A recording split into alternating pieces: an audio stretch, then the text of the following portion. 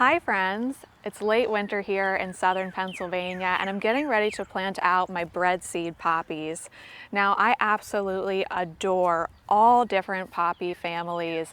I love the Iceland poppies, the Shirley poppies, the Oriental poppies, but the one poppy that really has a special place in my heart is the breadseed poppies. These are the ones with the ginormous, big, kind of flouncy, over-the-top blooms.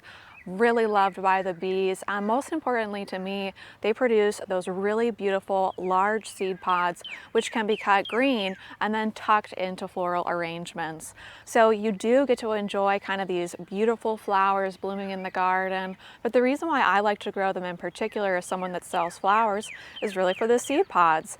So let's head over to one of my raised beds now and sow some together. So for these poppies, I really want to set them up for success by preparing the bed before I sow any poppies. So what I like to do is first add a little bit of compost to the bed itself, but you really don't even have to do that. But what I would recommend doing is working the top layer of soil to a fine tilth. So I just take my old garden right here and I just work that top layer of soil. I want to get rid of any weeds or debris. If I was doing this in a garden border, I would want to go ahead and remove the mulch from the area because I want the poppy seeds to fall on loose soil rather than mulch. And breadseed poppies prefer to be sown in an area that receives full sun and has well-draining soil. When planted in that manner, they won't need any staking, and most of the breadseed poppy varieties, they do get pretty tall, about 3 to 4 feet. So even things like these leaves, I'm gonna go ahead and remove them just because I wanna have the highest germination rate possible. So let me just finish raking this area. So I got the area all raked and the soil is wonderful. It's nice and crumbly.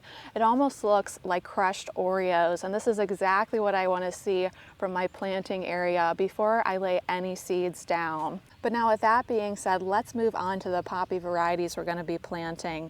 The first one I'm going to add to this area is called Frosted Salmon, and I grew this a couple years back and it was absolutely gorgeous. And the next one I'm going to add in is one that I've never grown before, but it looks super cool and kind of spider-esque. It's called Rose Feathers. And then I wanted a nice pop of deep purple, so I purchased this one called Black Peony. So breadseed poppies just need to be sown on top of the soil surface. My hands are kind of a mess now. Sorry about that. Let me just wipe them on my jeans. I hope you don't mind.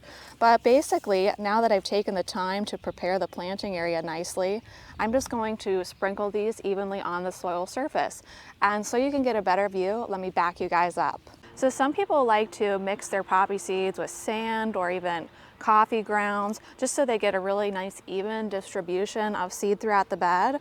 What I like to do is just stand maybe about 2 feet away from the planting area, and then it really kind of helps the seed not to fall all in the exact location.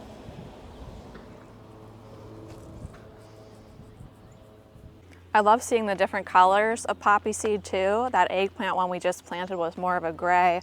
Frosted salmon is more of a really light beige. That does make it a little bit easier to see the seed.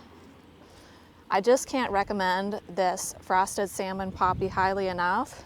Not sponsored or anything like that. It's just when I've grown it in the past, I'm always just in shock and awe of how absolutely beautiful it is. And this packet actually came with quite a lot of seed. I'm not sure exactly how many the package says, but you see, I am sowing these pretty heavily here in anticipation that I will need to thin them out. Probably in April, I'll go ahead through and thin them to the recommendation on the packet. Now, breadseed poppies do take quite a while to germinate. It's about 14 to 21 days. So during that period of time, I want to keep the soil evenly moist. But now that we have them all planted, no need to cover them up. They want the light to germinate. I just use my watering can here with the rosette turned upwards towards the heaven and water them in. And like I said, the key here moving forward is to just keep this bed evenly moist until I see them germinate in about 2 to 3 weeks. Well, friends, I'll be sure to take you along as these poppies progress. I'll go ahead and make sure that we thin them out together. I think I thinned them out with you a few years ago in a video, and then I'll go ahead and link some videos so you can see poppies that I've grown in the past. Some other varieties that I really love, and I can show you some pictures and videos of them now, are lilac pom-pom. That one was really beautiful, a beautiful light purple. Also, purple peony was absolutely gorgeous. I would highly recommend that one.